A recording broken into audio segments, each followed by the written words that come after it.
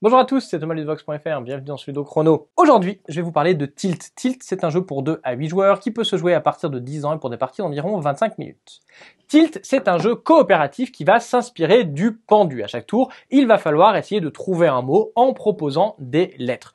Plus vous trouverez ce mot vite, plus vous aurez de chances de gagner de la partie, car en effet, pour gagner la partie, il y aura un mot de la fin qu'il faudra faire deviner, comme d'habitude avec un pendu. Néanmoins, vous aurez un nombre de lettres à proposer qui sera limité puisqu'il va dépendre du nombre de mots que vous avez réussi à deviner correctement pendant la partie. Alors voyons voir comment ça va se passer. Eh bien tout d'abord, au début de la partie, on va donc piocher une carte mot de la fin que l'on va mettre de côté.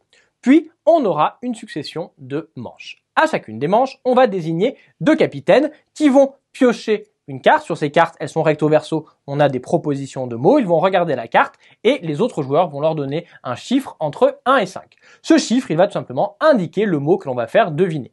Les capitaines vont alors mettre une carte par lettre dans le mot et donner la catégorie du mot. En l'occurrence, la catégorie ici, c'est sport ou loisir. Une fois qu'on a fait cette mise en place, eh bien, les joueurs vont pouvoir, à tour de rôle, proposer des lettres. Le premier joueur, par exemple, va proposer un A. Lorsqu'il a fait ça, eh bien, un des capitaines va écrire A pour indiquer que le A a été proposé et ensuite il va indiquer tous les A qui sont dans le mot. En l'occurrence, il y en a 2, un ici et un ici. On passe alors au tour du joueur suivant qui va faire une autre proposition, qui va proposer un E.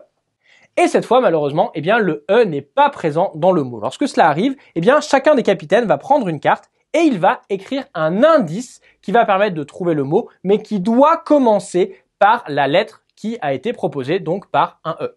Avant de montrer les indices aux joueurs, les capitaines vont se montrer les mots qu'ils ont choisis, en l'occurrence ici épreuve et endurance. Ils vont choisir lequel des indices est le meilleur et ils vont montrer uniquement celui-ci aux autres joueurs, en l'occurrence endurance. Les autres joueurs ne verront pas le mot épreuve. Alors il est à noter que pendant la partie, on aura 3 jetons que l'on pourra utiliser de 2 façons différentes. Soit on pourra en utiliser un pour donner les 2 indices d'un coup, soit on pourra utiliser un jeton pour, à la place de donner un indice, rajouter une lettre, n'importe laquelle, sauf la première.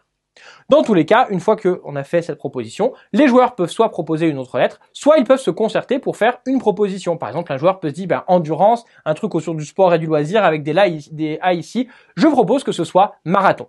De 2 choses l'une, soit eh bien c'est la bonne réponse, dans ce cas-là, on va prendre la carte et on va la mettre sous ici la carte mot de la fin, soit c'était une mauvaise réponse, dans ce cas-là, la carte est perdue.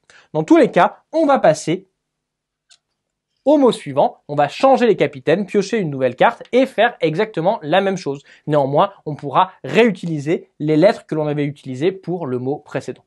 Petit à petit, on va donc remplir les cases qui sont ici et lorsque la 12e case est remplie, eh bien les joueurs vont devoir faire une proposition pour le dernier mot et une fois que c'est fait, on va passer au mot de la fin.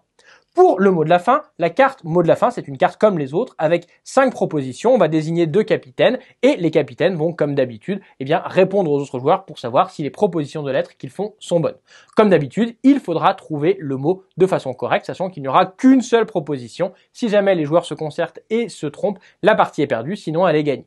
Néanmoins, il y a une contrainte supplémentaire pour ce mot de la fin. C'est tout simplement que les joueurs ne pourront pas proposer autant de lettres qu'ils le souhaitent. Ils ne pourront proposer qu'autant de lettres que l'équipe a réussi à deviner de mots pendant la partie. Si on a réussi à faire deviner correctement 3 mots, on pourra proposer 3 lettres et pas plus. Si jamais les joueurs ont réussi à trouver le mot de la fin, la partie est gagnée. Sinon, elle est perdue.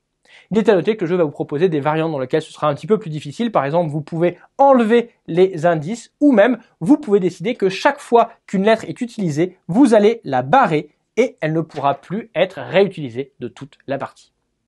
Tilt, c'est donc un jeu dans lequel il faudra bien choisir les lettres que l'on propose pour avoir des lettres pour compléter le mot, mais parfois pour avoir des indices qui nous permettent de le trouver plus vite. Voilà, vous avez presque tout sur Tilt. Maintenant, à vous de jouer et à bientôt sur Vox.fr.